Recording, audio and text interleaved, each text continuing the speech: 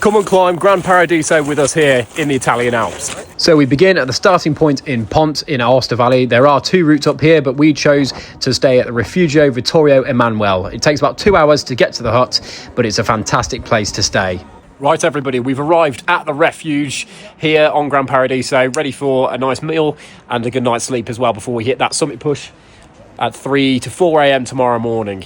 Feeling good, had a nice little hike up. No signal, unfortunately, but that's how it is out here in the mountains. Cannot wait to get up there and see those summit views.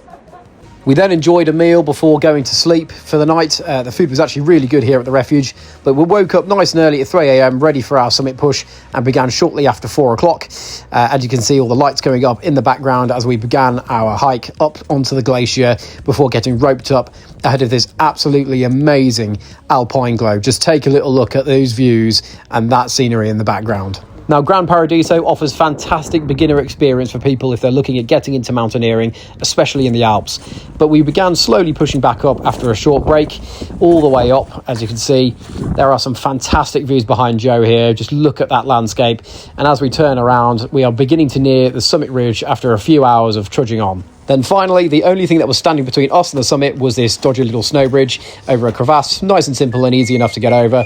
But there was a bloke playing a flute at the top of the mountain. Just take a little listen to this as well. Then over the next few minutes, we navigated these sketchy and dodgy lines to the summit. Summit of Gran Paradiso, baby.